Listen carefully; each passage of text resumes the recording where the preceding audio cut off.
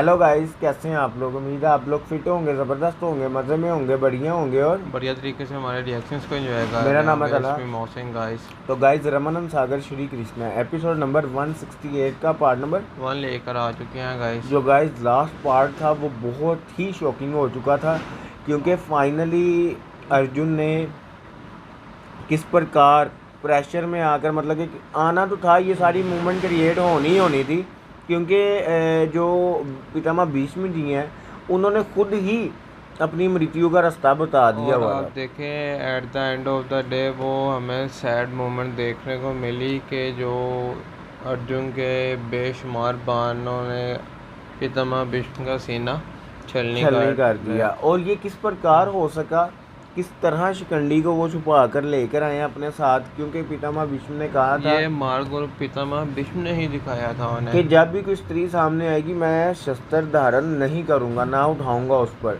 तो वो अर्जुन के आगे आकर खड़ी होगी, तब उन्होंने अपने शस्त्र नीचे किए। तब कृष्णा जी के कहने पे अर्जुन ने बाण छोड़े और वो उनका सीना। तो गाइस अब देखना ही है कि आगे क्या होने जा रहा है। चलते हैं वीडियो की तरफ और देते हैं रिएक्शन।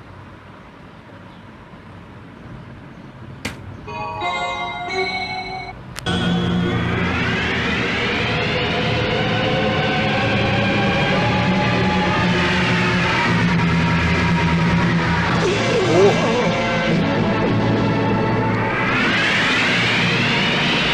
पहले सीने फिर अब टांगों पे।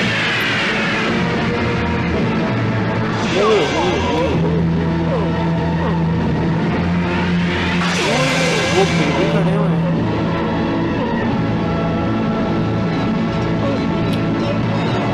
क्या हालत हो गई है यार, क्यों बाण छोड़े।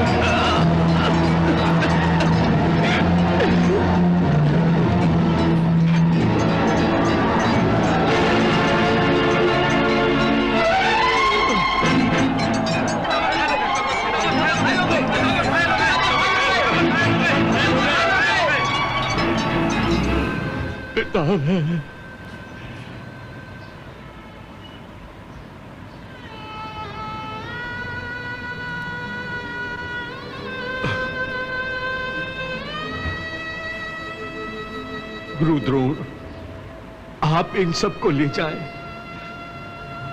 मुझे दुर्योधन से अकेले में बातें करनी है। हाँ, दुर्योधन से।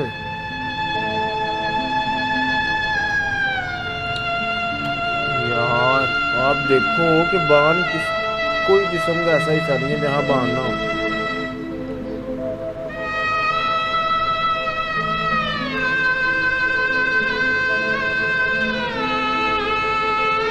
दुर्योधन, जो आज्ञा पितामह।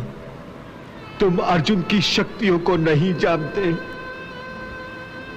अर्जुन के पास वो भयंकर दिव्यास्त्र है। इन शस्त्रों से सुसज्जित अर्जुन से जीतने का सामर्थ्य तुम में से किसी में भी नहीं है। इसलिए दुर्योधन, अब भी समय है। अपने शेष भाइयों के प्राणों की सुरक्षा कर लो। पांडवों से समझौता कर लो। पितामह, आप कम से कम इस समय तो हम सब की चिंता छोड़ दीजिए। आप कैसे मनुष्य हैं जो सदा ही दूसरों के बारे में ही सोचते रहते हैं, कभी कभी अपने प्रति भी सोचिए पितामह। वो दुर्योधन, मैं तुम सब में ज्येष्ठ हूं। मैं तो मरते मरते भी यही चाहूंगा कि कौरव और पांडवों में समझौता ही हो। सेटलमेंट। मैंने तो सदा ही यही प्रयास किया है। विदुर ने भी प्रयत्न किया, भगवान श्री कृष्ण ने भी चेष्टा की, परंतु तुमने उनमें से किसी एक की भी न सुनी। और अब ये भीषण संहार हो रहा है। और अब भी तुम ये भीषण संहार रोक सकते हो दुर्योधन, रोक सकते हो। समस्त कुरुकुल के लिए यही उचित है। तुम संधि कर लो, तुम संधि कर लो वत्स। दुर्योधन, मैं नहीं चाहता कि मेरी चिता के बाद कुरुक्षेत्र में कोई और चिता चले। पुत्र, मैं चाहता हूं कि सदा के लिए आंखें बंद करने से पहले एक दूसरे का विरोध करने वाले राजा गले मिले, पिता पुत्र से गले मिले, भांजा मामा से गले मिले, शिष्य गुरु से गले मिले, भाई भाई से गले मिले। तुम चुप हो दुर्योधन, ये मान बड़ा ही भयानक होता है। तो मैं देखा युद्ध सभा में, युद्ध सभा में मैंने अपनी जिह्वा को लगाम देकर बड़ी भयंकर भूल की थी वत्स। और आज जब मैं बोलना चाहता हूं तो तुम सुनना नहीं चाहते। कदाचित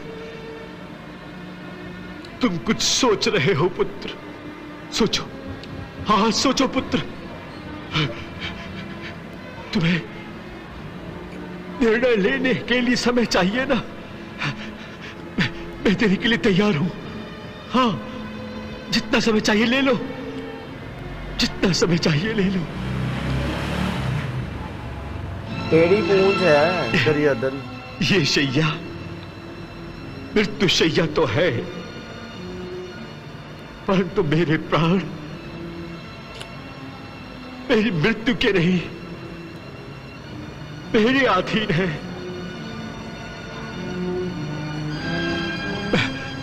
मैं प्राण नहीं त्यागूंगा पुत्र।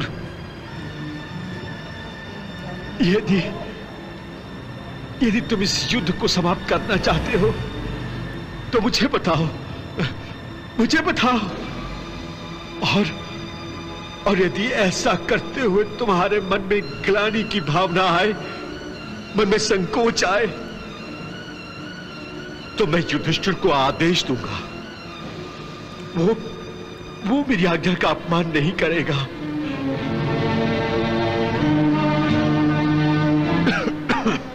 और यदि तुम इस युद्ध को जारी रखना चाहते हो तो मैं इस युद्ध को रोकने का आदेश देकर युधिष्ठिर का अपमान नहीं करूंगा। यह अधर्म नहीं कर सकता, मैं यह अधर्म नहीं कर सकता। ये राजहठ भी बड़ी बुरी बला है। इससे बचो पुत्र, इससे बचो। यदि मेरी सलाह नहीं मानोगे तो अंत में पछताने का भी समय नहीं मिलेगा तुम्हें, क्योंकि पछताने के लिए जीवन का शेष होना आवश्यक होता है पुत्र। लेकिन अब ये अंगराज कर्ण पे शेष होना आवश्यक होता है। मतलब कि पितामह भीष्म भी प्राण नहीं त्याग रहे। मुझे नींद आ रही है, मुझे अकेला छोड़ दो, मुझे अकेला छोड़ दो, मुझे अकेला छोड़ दो। सैनिकों, पितामह के चारों ओर गड्ढा कर दो। पितामह के चारों ओर सैनिकों को पहरा लगा दो, ताकि पितामह को कोई वन्य प्राणी हानि न पहुंचाए।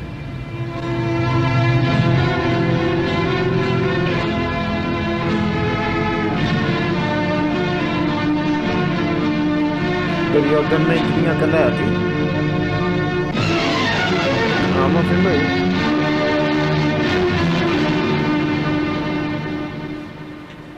महाराज, पितामह के निष्क्रिय होने के बाद ऐसा लग रहा है कि आज हस्तिनापुर अनाथ हो गया है। तुम सच कह रहे हो संजय, सच कह रहे हो। आज ये हस्तिनापुर अनाथ हो गया है। आज कौरव अनाथ हो गए हैं। तो पांडव आज ये धृतराष्ट्र अनाथ हो गया है। तो उनको बांधा क्यों हुआ था फिर? जिस दिन इसने अपने प्रण में बांधा तब ये अनाथ हो गांधारी गया। ने सच ही कहा था संजय कि कौरव और पांडव में से कोई भी जीते हार हमारी ही होगी। आज हम हार गए।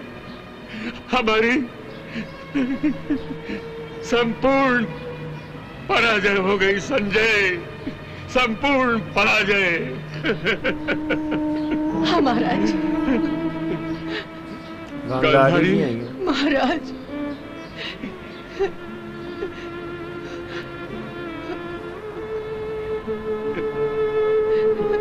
गांधारी, महाराज, आज हम अनाथ हो गए हैं गांधारी। तो ऐसी हरकतें ही क्यों की हैं? महाराज, उस अशुभ समाचार को सुनकर मुझे ऐसा लगा कि आज मैंने अपने पिता को खो दिया है। इस अनाथ का कारण मैं हूँ गांधारी, मैं हूँ। ऐसा मत कहिए महाराज, ऐसा मत कहिए। हाँ गांधारी, हाँ। मैंने अपने पुत्र धर्म का पालन नहीं किया। इसी का परिणाम है कि आज पितामह का अंत होने जा रहा है। पिता धर्म का भी पालन नहीं गांधारी, किया आपने। मैं हत्यारा हूँ, मैं हत्यारा हूँ। मैंने पितामह की हत्या की है। नहीं महाराज, शांत हो जाइए महाराज, शांत हो जाइए। ताक्षी जो त्याग की आदर्श मूर्त थे, उनकी छत्र छाया में रहते हुए मेरा स्वार्थी बन जाना मेरे जीवन की सबसे बड़ी उनका फायदा विडंबना उठाना। है। तो गाइस यहाँ खत्म हुआ ये पार्ट। पितामह भीष्म को देखो किस प्रकार बाण लगे हैं। जिस्म का कोई हिस्सा मोहसिन भाई कोई आप देखें। देखें कि सबसे पहले यहाँ से पूरे मैं हाथों वही कह रहा हूँ कि बाजुओं सबसे पहले पाँव छाती को छलनी किया गया, फिर टांगों के बाद हाथों को। एवं के आप वाली बात है जिसमें कोई हिस्सा ऐसा नजर नहीं आ रहा जहाँ बाण ना मतलब लगा हो कि बाण उनका बिस्तर बनकर रह गए हैं बिस्तर बन कर आ गए। मैं अगर बात करूं और मैं आपको बताऊं कि जब ये सारी सिचुएशन होती है ना, कोई भी बड़ी मूवमेंट होती है, तो मैं थिंक ये करता हूं कि उस टाइम पे जब ये मूवमेंट हुई होनी है तब क्या हुआ होगा उस जगह पे। और आप देखें कि यार इससे बड़ी क्या बात होगी तलहा भाई के बानों के बिस्तर पर लेटे हुए भी वो अपना आखिरी प्रियतम दुर्योधन के सामने यही कह रहे हैं कि इस युद्ध को रोक दो, यही भाई तुम्हारे लिए बेहतर है। और वो अगर किस कहते हैं कि प्रकार तुम इसमें भी अपना मान समझते तो मुझे बताओ, मैं युधिष्ठिर को आज्ञा देता हूँ और मुझे पूर्ण यकीन है कि मेरी आज्ञा को कभी वो कभी टालेगा नहीं, नहीं। ठुकराएगा नहीं। वो आकर समझौता करेगा अगर तुम तैयार हो। लेकिन दुर्योधन जो है ना वो अधर्मी है मोहसिन भाई। अभी उसने अंगराज कर्ण के पास जाना है और उसने नई योजना बना लेनी है। उसने उस पर मतलब कि सेट हो जाना कि भाई हमारे विजय निश्चित है। समझ रहे हो? और आप देखें तलहा भाई के पहली दफ़ा अब महाराज धृतराज साहब को एहसास हुआ कि मैं एक पुत्र का धर्म अदा नहीं कर पाया। एहसास हुआ। और साथ ही मैंने बोल दिया कि इसे अभी ये भी एहसास होना कि मैंने एक पिता का जन्म भी सही तरीके से नहीं निभाया। अभी मैं अपने आपको ना पुत्रों को भी इस मोड़ पर मैं ही लेकर आया। अभी मैं आपको 1-2 एपिसोड के बाद ये बात आपकी याद करवाऊंगा। जैसे कि पांडव का कुछ होना है ना तो उसने देखना क्या होना है। हाँ जी, हंसी छूट रही होनी है। लेकिन गांधारी जी की बात वहीं कायम है और वहीं रहेगी कि चाहे पांडव जीते जीते, या चाहे कौरव जीते, नुकसान तो हमारा ही होना है। हस्तिनापुर का ही होगा। हस्तिनापुर का ही होना है। वो हमने देखा आज बहुत बड़ा नुकसान हुआ है। अगर दुर्योधन अपनी जिद छोड़ देता ये नुकसान ना होता। तो गाइस अब आने वाले पार्ट में देखेंगे कि आगे क्या होने जा रहा है। मिलते हैं नेक्स्ट पार्ट के साथ। Love you. Bye-bye।